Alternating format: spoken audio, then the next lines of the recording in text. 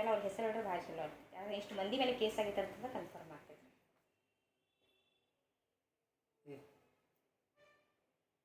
ನಾನು ನಾಗೇಶ್ ಮಾಳಿ, ಕರ್ನಾಟಕ ರಕ್ಷಣಾ ವೇದಿಕೆ ಚಿಕ್ಕೋಡಿ ತಾಲೂಕಾ ಅಧ್ಯಕ್ಷ. ಈಗ ಏನಾಗಿದೆ ಅಂದರೆ ಸುಮಾರು ಒಂದು 30 ವರ್ಷಗಳಿಂದ ಚಿಕ್ಕೋಡಿ ಜಿಲ್ಲೆಗಾಗಿ ಹಲವಾರು ರೀತಿಯ ಹೋರಾಟಗಳನ್ನು ಮಾಡ್ತಾ ಬಂದಿದ್ದಾರೆ. ಹಿರಿಯರಾಗಿರ್ಬೋದು, ಈಗ ನಮ್ಮ ಸಂಗಡಿಗರಾಗಿರ್ಬೋದು. ಆದರೆ ಒಂದು ಚಿಕ್ಕೋಡಿ ಬಂದ್ 2018ರಲ್ಲಿ ಚಿಕ್ಕೋಡಿ ಪಟ್ಟಣವನ್ನು ಬಂದ್ ಮಾಡಿ ಪ್ರತಿಭಟನೆ ಮಾಡುವಂಥ ಸಂದರ್ಭದಲ್ಲಿ ಕೆಲವೊಂದು ಜನ ಪ್ರತಿಭಟನೆ ಮಾಡಿದ್ರು. ಶಾಂತ ರೀತಿಯಾಗಿ ಇದ್ದಂಥ ಪ್ರತಿಭಟನೆ ಒಂದು ಅಚಾನಕ್ಕಾಗಿ ಯಾರೋ ಟೈರ್ ಬೆಂಕಿ ಹಚ್ಚೋದ್ರ ಮುಖಾಂತರ ಒಂದು ಪ್ರಕರಣ ದಾಖಲಾಗಿತ್ತು 2018ರಲ್ಲಿ.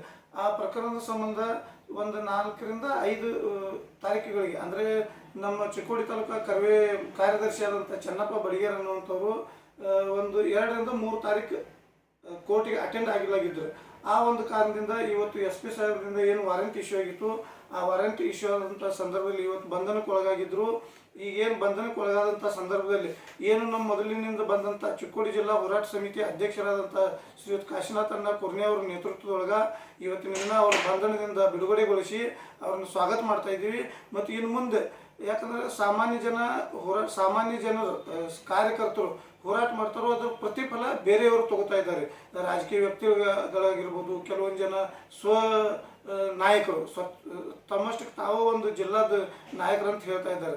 ಅಂಥವ್ರಿಗೆಲ್ಲ ನಾನು ಹೇಳ್ತೀನಿ, ಒಕ್ಕಟ್ಟಾಗಿ ಕಾಶಿನಾಥನ್ನ ಕುರ್ನೆ ಅವ್ರ ನೇತೃತ್ವದೊಳಗೆ ಜಿಲ್ಲಾ ಹೋರಾಟ ಸಮಿತಿಯನ್ನು ಬಲಿಷ್ಠಗೊಳಿಸಿ ಒಂದು ಶಕ್ತಿಯುತವಾದಂಥ ಹೋರಾಟ ಮಾಡೋಣ. ಚಿಕ್ಕೋಡಿ ಜಿಲ್ಲೆ ಆಗೋಸ್ ತನಕ ಅವ್ರ ನೇತೃತ್ವದಾಗ ನಾವು ಹೋರಾಟ ಮಾಡೋಕ್ಕೆ ತಯಾರಿದ್ದೇವೆ ಅಂತ ಈ ಸಂದರ್ಭದಲ್ಲಿ ಹೇಳಿಕ್ಕೆ ಬಯಸ್ತೀವಿ.